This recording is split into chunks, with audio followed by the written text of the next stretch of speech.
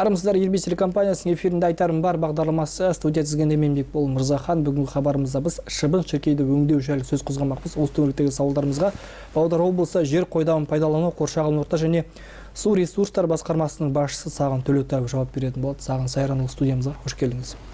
Ең әуелі алтын уақытыңызды арнайы бөліп келгеніңізге алғысымызды білдіреміз. Алғашқы сұрақ, шыбын-шіркейге қарсы өңдеу жұмыстар Павлодар облысында нақты қашан басталды? Армысыз Бекбол мырза, ең біріншіден осы студияға шақырғаныңызға үлкен рахмет. Осы мүмкіндікті пайдалана отыра өңіріміздің тұрғындарына, жерлестерімізге жалпы осы басқармамен шыбын-шіркейге қарсы қандай жұмыстар атқарылып жатқан жайлы баяндауға. Жалпы енді осы ағымдағы 2026 жылдың шыбын-шіркейге қарсы жұмыстарымыз наурыз айының аяғынан басталды. Дәл айтатын болсақ 29 наурыздан бастап ғылыми сүйемелдеу тобының фенологиялық бақылау жұмыстары басталды. Содан бері өздеріңізге белгілі су жіберу, көктемгі су жіберу үрдісі басталды. Бүгінгі күні ол аяқталып, қазіргі сол жіберілген судың өздеріңіз көріп отырсыздар, кем дегенде 80-85%-дан жоғары алқапты су басу қажет. Сонымен қатар енді мердігер, осы нақты шыбын-шіркеймен айналысатын ол кісілер осы сәуір айының 6-шы жұлдызынан бастап шыбын-шіркейге қарсы өңдеу жұмыстарын бастады. Бүгінгі күні 50-ден аса елді мекеннің бойындағы су айдындары өңделді. Сонымен қатар уже өткен жұманың аяғынан бастап біз авиациялық өңдеу жұмыстарын көтердік. Өздеріңізге белгілі осы өңірге 10 самолет, яғни тікұшақтарымыз келді.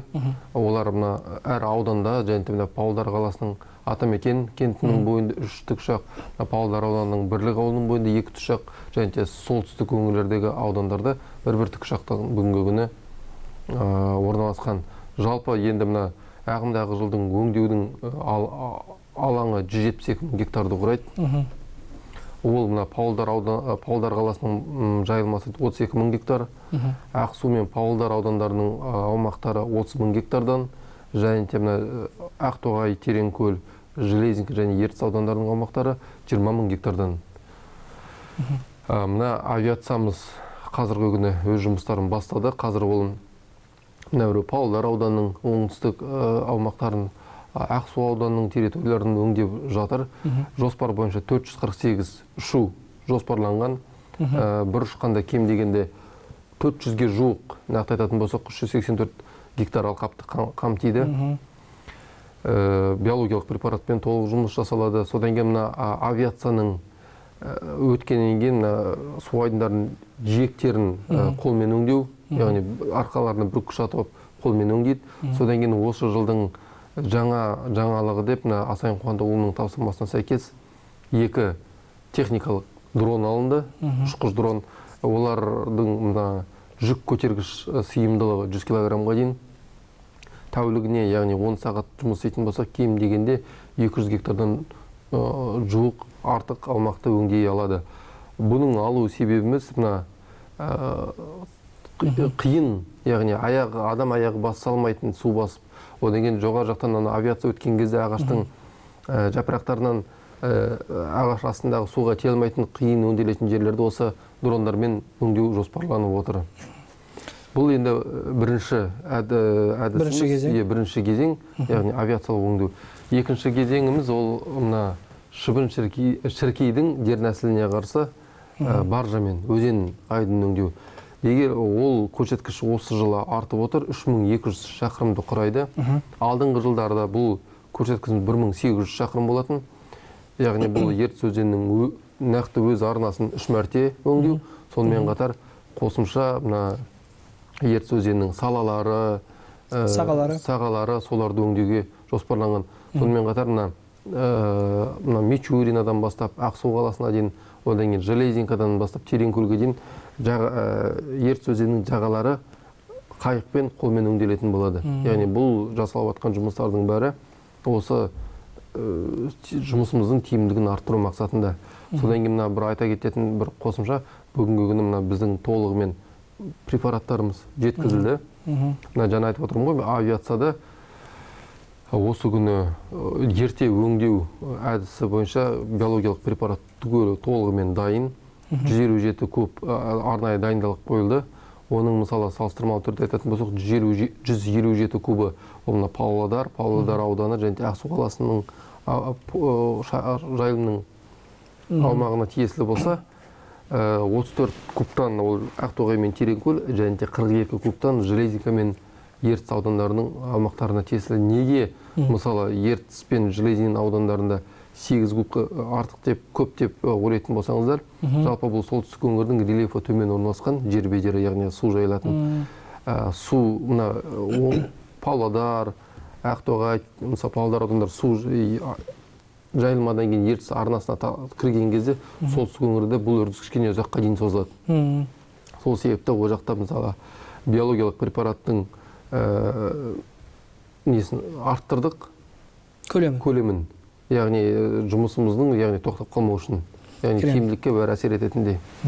Саған Саран, өзіңіз айтып өтіңіз, жаңағы Ертіс су жайылу процесін, осыдан кішкене алшақтамай сұрақ қойсақ, қазіргі өзекті бұл Ертіс өзенінің өзінің саласына, яғни өзінің орнына қайталу, оралу бойынша.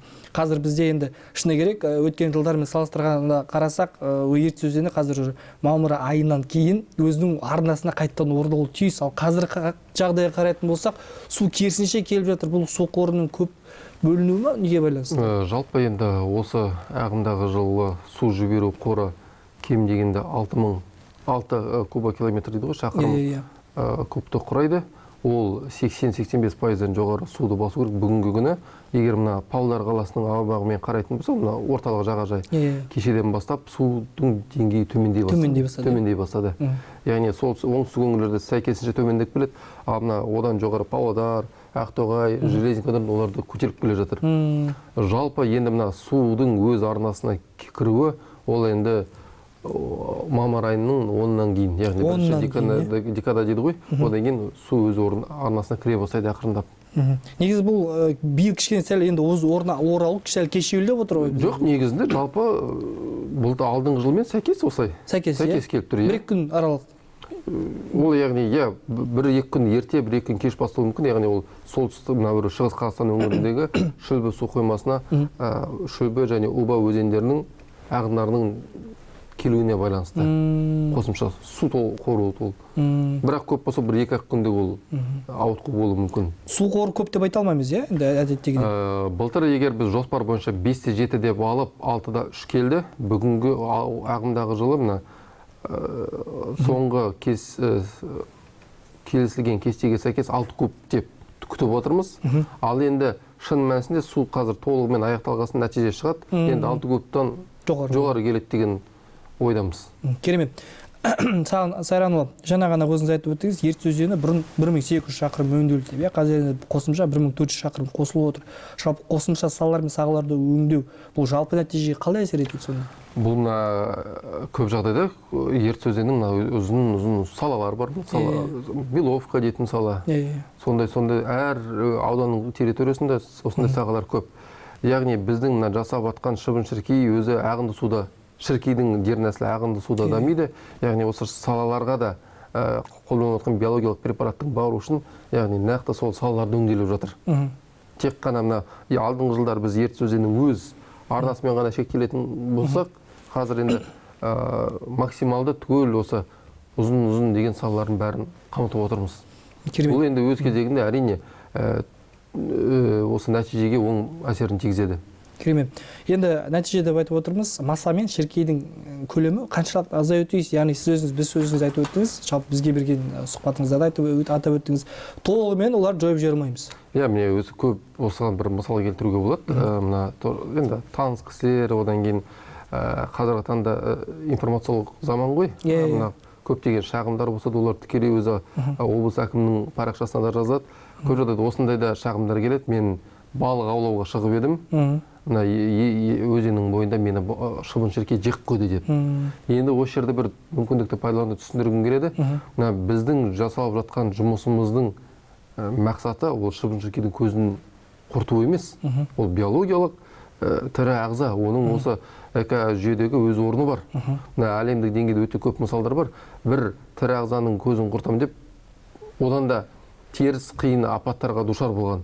Біздің мақсатымыз шыбын-шіркейдің санын реттеу.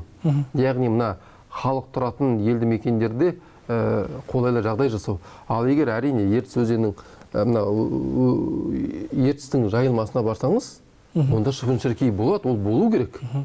Біздің мақсат оның көзін құрту емес, тек қана санын реттеу. Яғни мына қазіргі таңда былтырғы мысалы біз осы жұмыс жүргізген нәтижеміздің арқасында 90%-ық тиімділікке қол жеткіздік. Енді әрине осы жылда сондай көрсеткішті мақсат етіп қойып отырмыз. Ал енді жалпы талап бойынша 80%-ден кем емес көрсеткішке қол жеткізуіміз қажет. Керемет. Сағын Сайданұлы, тағы бір маңызды атап өтетін жайт, TikTok, жалпы Instagram парақшаларында, жалпы YouTube желісінде одан өткен жылғы ескі видеолар салып, сондай бір қауесет тарататын адамдар бар, Ондай да болады әрине. Ондай жағдайда болған кезде көп жағдайда оны біздің гнус табиғат парақшасына не болмаса облыс әкімінің парақшасына келеді. Біз келген шағымда не болмаса өзім, не болмаса осы жұмысқа тікелей жауапты мамандарым бар, одан кейін ғылыми топ өкілдері бар, бәрін орын-орнына жер-жеріне жеткізіп, жіберіп, көзбе-көз қараймыз. Қандай да бір шағым? Шынымен осы айтып отырған шағым сәйкес келе ме, келмей ме дегенде. Егер шын ондай жағдай орын алып жатса, қосымша сол жерде өңдеу жұмыстарын әрине жүргіземіз. Яғни кез келген бейнеге сенбей, тек қана ресми дерек көздерге сену маңызды бұл жерде. Әрине. Керемет. Келесі сұрақ, жалпы жаңа ғана өзіңіз айтып жатырсыз, енді бұл сұраққа қаншалықты жауап бересіз білмеймін, енді бірақ дегенмен де 172.000 гектарды айтып жатырсыз, жалпы дрондар адам бара алмайтын жерлерді өңдейді деп те айттыңыз. Енді бұлындай аумақтың жалпы үлесі қандай бізде? Осы адам бара алмайтын жерлер. Жасыратыны жоқ, өзі қазір мына Ертіс өзені жайылғандықтан ондай аумақтар көп. Ондай аумақтар бірсыпыра мына Ақтоғай ауданының бойында өте көп аумақтар, өйткені ол Ақтоғай ауданының жалпы мына поймасының ені, жайылмасының 10 шақырымнан асып кетеді.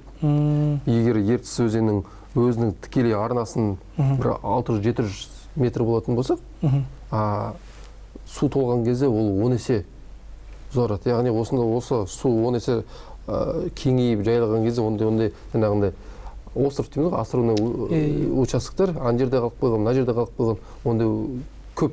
Енді міне осы алғашқы қолдануымыз ғой осы жылы. Осы жылдан бастап енді көріп отырып, енді жылы мүмкін бұл шынымен өзінің тиімділігін көрсетіп жатса, қосымша тағы алынып, яғни бізде мысалы алдыңғы жылдар гард деген үлкен құрылғы алынды.